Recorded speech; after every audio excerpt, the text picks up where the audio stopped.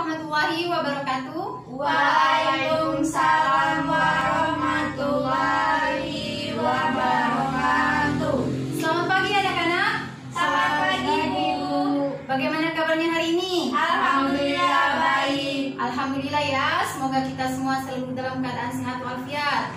Oke, sebelum Ibu memulai pembelajaran, ada yang bersedia memimpin doa untuk memulai proses pembelajaran hari ini? Saya, Bu. Silakan Nabila. Marilah teman-teman sebelum belajar kita baca doa dimulai.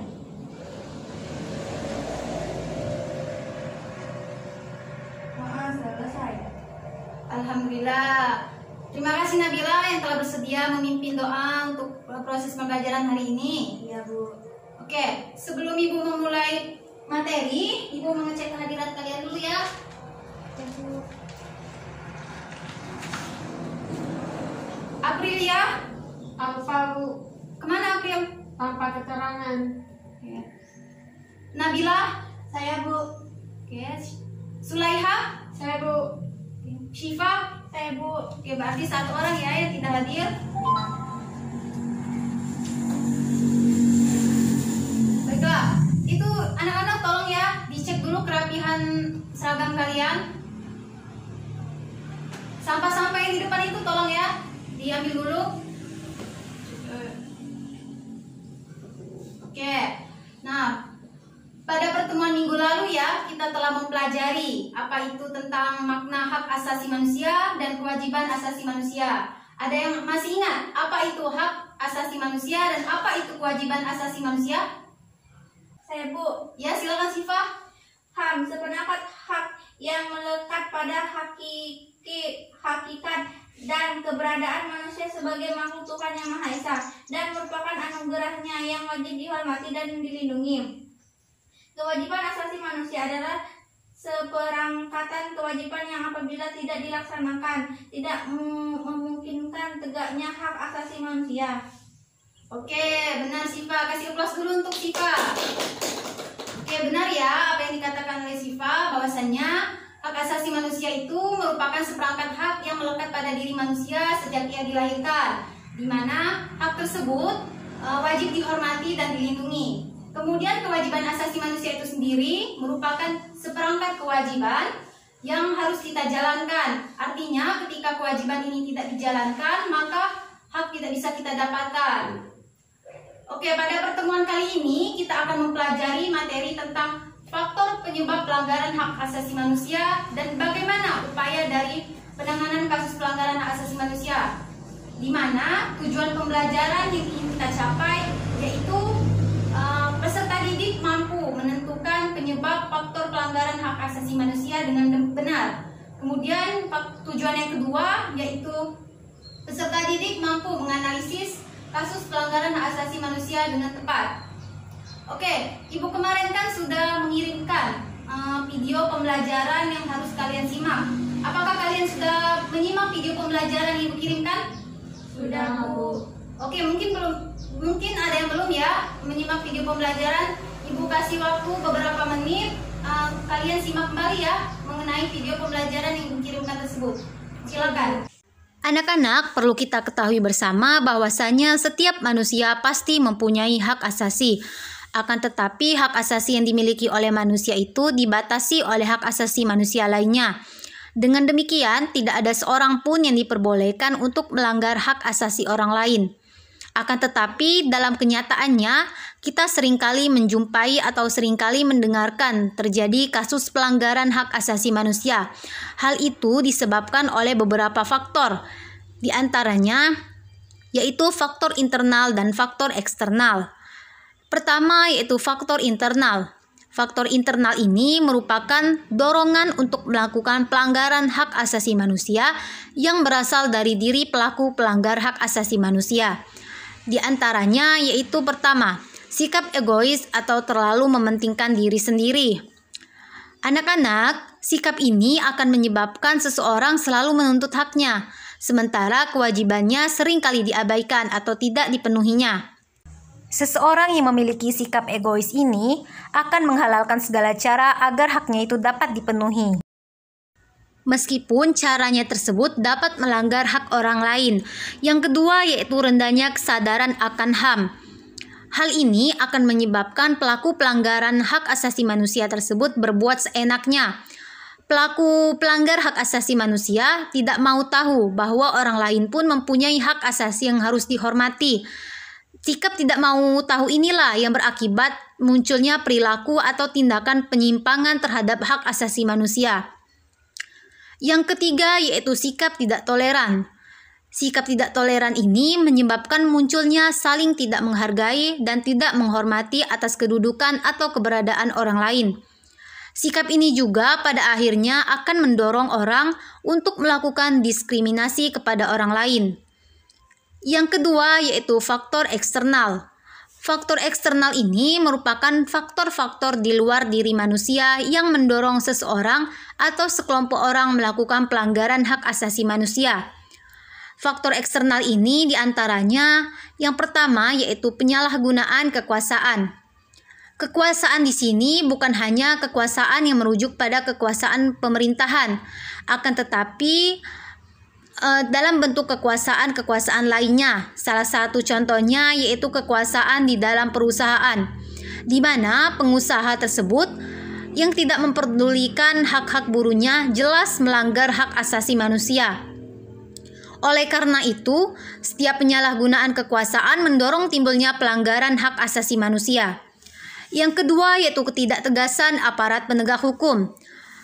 Nah, anak-anak, perlu kita ketahui ya bahwa aparat penegak hukum yang tidak bertindak tegas terhadap setiap pelanggaran hak asasi manusia tentu saja akan mendorong timbulnya pelanggaran hak asasi manusia lainnya. Penyelesaian kasus tersebut atau penyelesaian kasus pelanggaran hak asasi manusia ini apabila tidak diselesaikan secara tuntas akan menjadi pemicu bagi munculnya kasus-kasus lain. Para pelaku pelanggaran hak asasi manusia tidak akan merasa jerah karena itu tadi, yaitu ketidaktegasan dari aparat penegak hukum. Yang ketiga yaitu penyalahgunaan teknologi, di mana jika kita lihat dari efek negatifnya, penyalahgunaan teknologi ini misalnya dalam bidang produksi. Nah, di dalam bidang produksi tersebut ternyata dapat menimbulkan dampak negatif seperti munculnya pencemaran lingkungan, yang mana pencemaran lingkungan tersebut bisa mengakibatkan terganggunya kesehatan manusia. Baiklah, selanjutnya Ibu akan menjelaskan mengenai upaya penanganan kasus pelanggaran hak asasi manusia. Di mana dalam menangani kasus pelanggaran hak asasi manusia ini, yang pertama yaitu dilakukan upaya pencegahan pelanggaran hak asasi manusia. Upaya pencegahan pelanggaran hak asasi manusia ini dapat dilakukan dengan cara pertama, menegakkan supremasi hukum dan demokrasi. Kemudian, meningkatkan kualitas pelayanan publik agar pelanggaran hak asasi manusia tersebut dapat dihindari. Yang ketiga yaitu meningkatkan penyebarluasan prinsip-prinsip HAM kepada masyarakat. Nah, penyebarluasan prinsip-prinsip HAM ini dapat dilakukan melalui lembaga pendidikan formal seperti SD, SMP, SMA maupun perguruan tinggi. Kemudian dapat juga dilakukan melalui lembaga pendidikan non-formal seperti tempat kursus maupun kegiatan keagamaan. Yang keempat yaitu upaya pencegahan pelanggaran hak asasi manusia dapat dilakukan dengan meningkatkan kerjasama yang harmonis antar kelompok dan antar golongan. Oke, ada yang ingin ditanyakan atau kurang dimengerti terkait materi yang Ibu kirimkan tersebut? Saya, Bu. Silakan Nabila. Saya ingin bertanya, Bu. Contoh pelanggaran hak asasi manusia itu yang bagaimana, Bu? Oke, ada yang bisa menjawab pertanyaan dari Nabila tersebut? Sepertinya tidak ada ya. Baiklah, contoh dari pelanggaran hak asasi manusia itu sendiri, contohnya seperti pembunuhan, penyiksaan, perbudakan. Nah, contoh-contoh tersebut pernah terjadi di Indonesia, di mana terjadi pelanggaran, bisa dikatakan pelanggaran HAM berat, seperti contoh kasus pembunuhan Marsina, di mana pembunuhan Marsina itu kan sampai sekarang belum diketahui dia itu dibunuh oleh siapa dan penyebab kematiannya bagaimana. Selain itu, contoh dari pelanggaran HAM berat ini yaitu kasus bom Bali. Nah, kita ketahui ya bahwa kasus bom Bali itu banyak menghilangkan nyawa orang lain. Artinya di sini bisa dikatakan kasus tersebut merupakan pelanggaran HAM berat karena pada kasus tersebut menghilangkan nyawa orang lain atau menghilangkan hak hidup seseorang. Oke anak-anak, ada yang ingin ditanyakan lagi terkait materi yang kita pelajari hari ini? Tidak, Bu. Oke, mungkin cukup sampai di sini ya. Selanjutnya kita akan mengerjakan sebuah tugas di mana kalian akan ibu bagi dalam beberapa kelompok, di mana dalam satu kelompok itu terdiri dari 2 orang. Kalian bisa berdiskusi dengan teman sekelompok atau teman sebangku kalian saja ya. Tugas kalian itu kalian akan menganalisis sebuah kasus yang akan ibu kirimkan via WhatsApp. Nanti kalian silakan ya simak dan analisis kasus tersebut. Ibu berikan waktu beberapa menit atau sekitar 20 menit untuk kalian menganalisis dan menyimak video yang ibu sajikan tersebut. Oke, silakan anak-anak.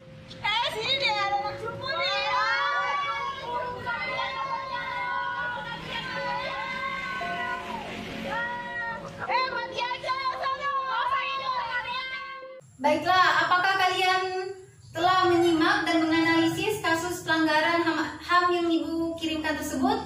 Sudah, Bu. Oke, baiklah. Apakah ada kelompok yang ingin memaparkan dan mempresentasikan hasil analisisnya? Kami, Bu. Silakan, Sulai.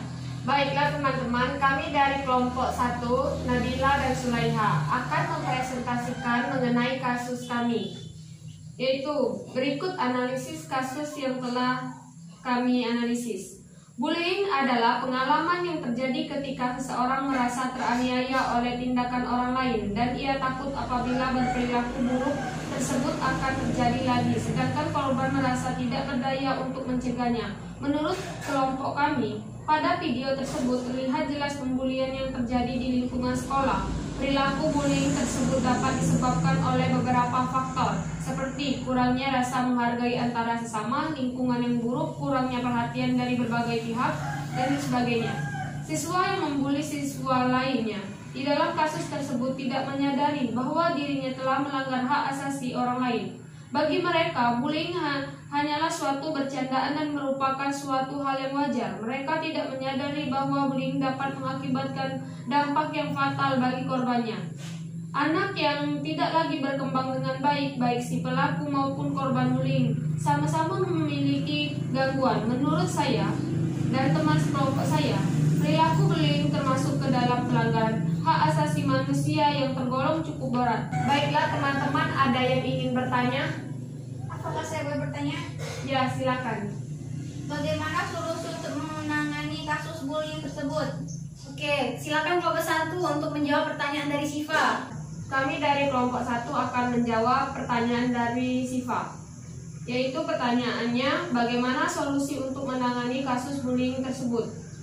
Solusi untuk menangani kasus bullying di dalam undang-undang telah mengatur tentang tindakan bullying di lingkungan pendidikan pada pasal 54 Undang-Undang Nomor 35 Tahun 2014 yang berbunyi sebagai berikut. 1. Bahwa anak di dalam dan di lingkungan satuan pendidikan wajib mendapatkan perlindungan dan tindak kekerasan fisik, psikis, kejahatan seksual dan kejahatan lainnya yang dilakukan oleh pendidik, tenaga kependidikan, sesama peserta dan atau pihak lain. 2. Perlindungan sebagaimana dimaksud pada ayat 1 dilakukan oleh pendidik, tenaga kependidikan, aparat pemerintahan atau masyarakat. Ya, itulah yang dapat kelompok kami sampaikan atas pertanyaan saudari Siva. Selanjutnya silakan bacakan kesimpulan Sulai. Oke, kesimpulan.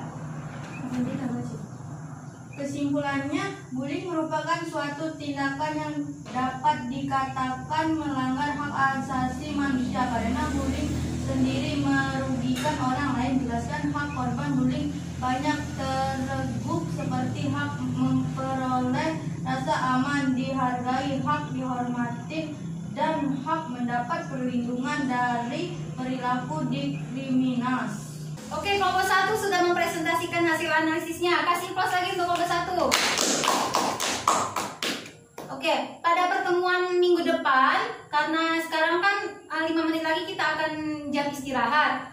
Nah, cukup kelompok satu saja ya, atau satu kelompok saja yang mempresentasikan hasil analisisnya. Dan pada pertemuan minggu depan kita akan melanjutkan lagi proses diskusi atau proses presentasi kalian. Jadi kelompok-kelompok lainnya diharapkan bisa ya berpartisipasi aktif dalam presentasi kelompok lainnya. Kalian tuh harus saling bertanya ya, saling menanggapi. Intinya kalian nanti ibu harapkan lebih aktif lagi pada pertemuan minggu depan pada proses diskusinya. Baiklah, sebelum ibu menutup pembelajaran, marilah kita melafazkan hamdalah terlebih dahulu. Alhamdulillah. Ibu mohon maaf ya jika ada kesalahan. Oke, jangan lupa ya besok atau pertemuan minggu depan kita akan mempresentasikan hasil analisis kalian lagi. Wassalamualaikum warahmatullahi wabarakatuh. Waalaikumsalam warahmatullahi wabarakatuh.